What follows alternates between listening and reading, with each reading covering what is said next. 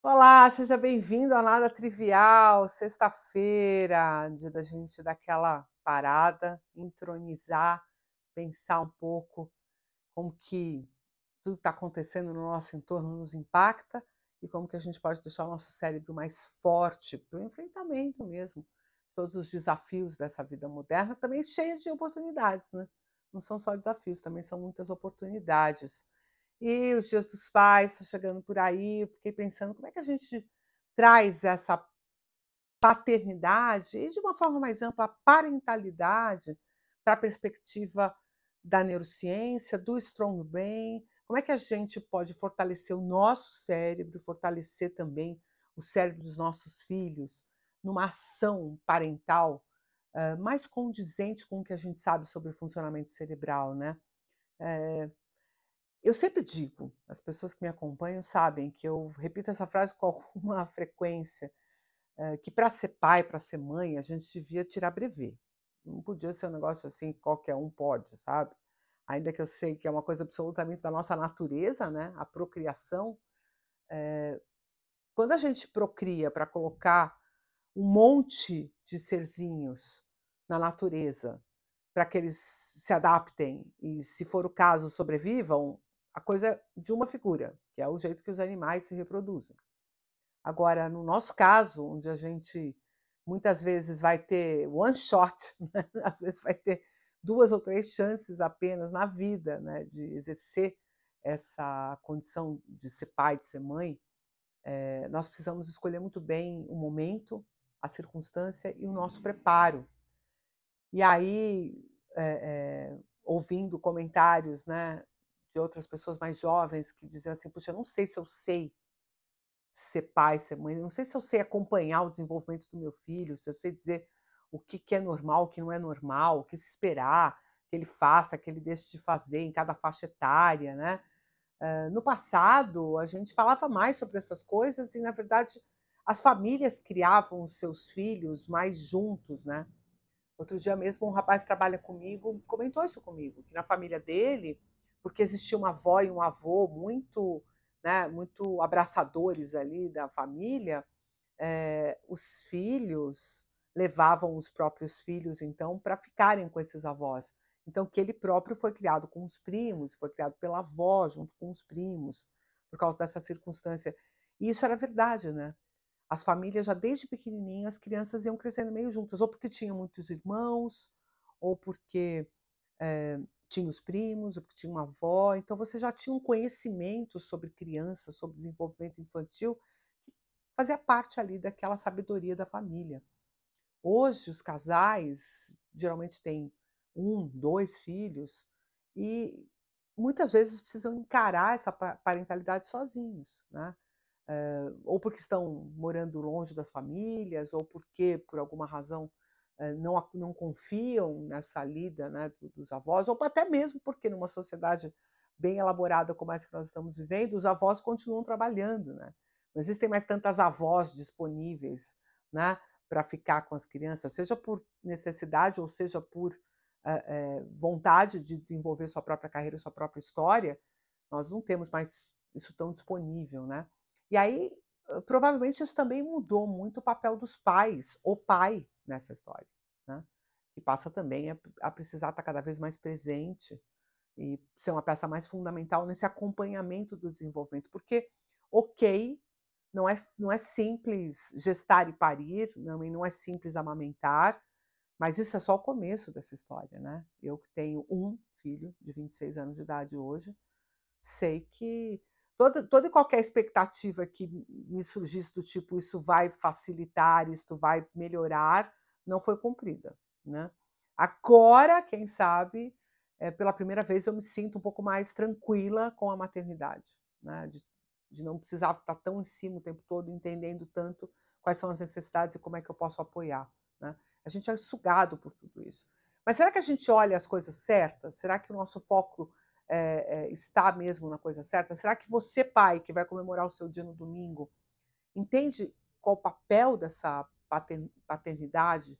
Será que a família como um todo entende bem o que é importante para essa criança viver?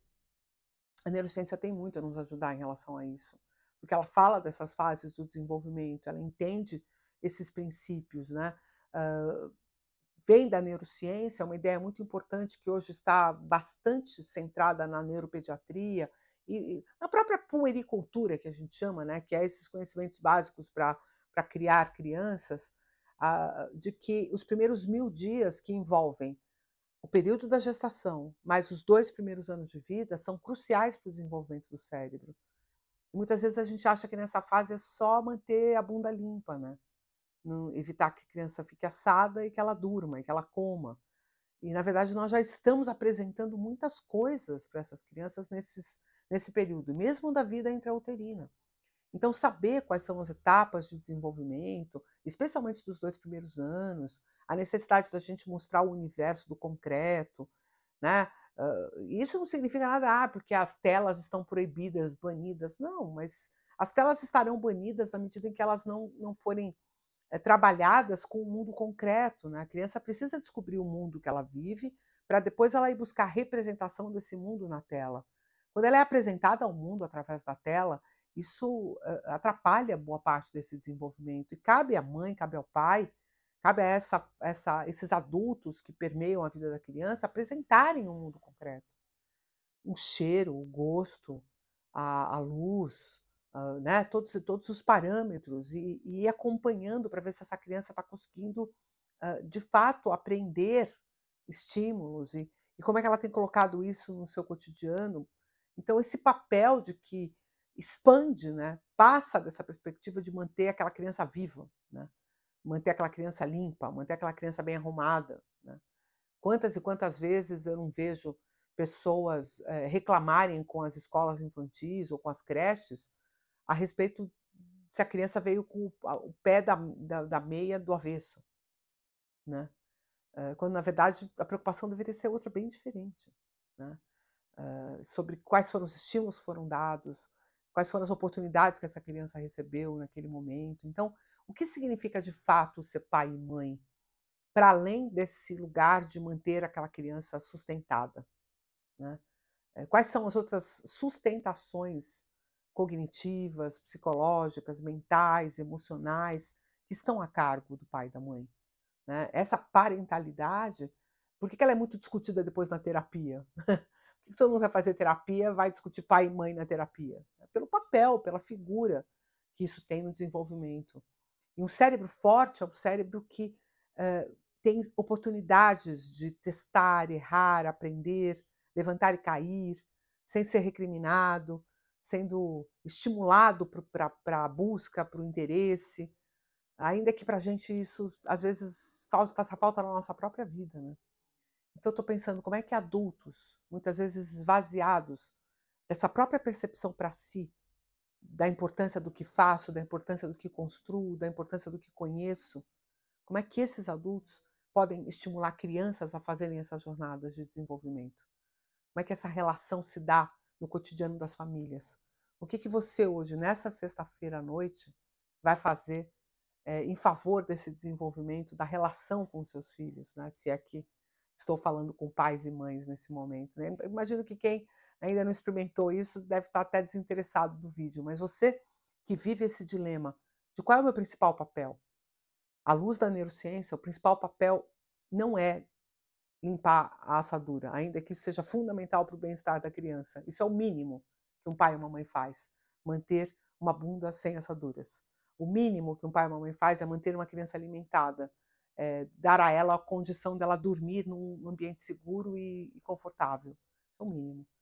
Mas aonde você de fato vai exercer esse papel com maestria e trazer grandes resultados, é nesse momento em que você entender quais são as etapas de desenvolvimento, que você penetrar nesse conteúdo e começar a entender essa perspectiva. Não deixa de acompanhar os conteúdos do Nada Trivial às quintas-feiras, onde a gente fala de educação, né? Que vai, vira e mexe, eu também provoco os pais para verem sua participação nesse processo de educar, né? Mas também não deixe de se perguntar o que a neurociência pode fazer pela compreensão do próprio desenvolvimento do seu filho. Em breve a gente vai conseguir começar a produzir conteúdos, inclusive específicos para a parentalidade. Então fique atento, que a gente está pensando seriamente em como apoiá-los nessa perspectiva. Fora isso, feliz Dia dos Pais, especialmente para as pães, essas mães que operam nessa figura mãe e pai ao mesmo tempo, que é o meu caso, e que nem sempre é muito fácil, justamente porque nós precisamos unir em uma só pessoa papéis distintos que foram estabelecidos pela sociedade e que de fato são importantes, né? Esses contrapontos para a criança, não obrigatoriamente de gênero, mas de postura, de oferta, de cobrança, né? Em geral, a mãe faz uma coisa, o pai, a mãe é mais boazinha, o pai é mais bravinho, ou o contrário, né? E isso, quando se reúne numa pessoa só, é muito difícil da gente fazer isso sem parecer, né? Controverso, sem parecer paradoxal, sem parecer meio esquizofrênico para o nosso filho. Então, meu abraço a cada um dos pais que está assistindo esse vídeo aqui agora.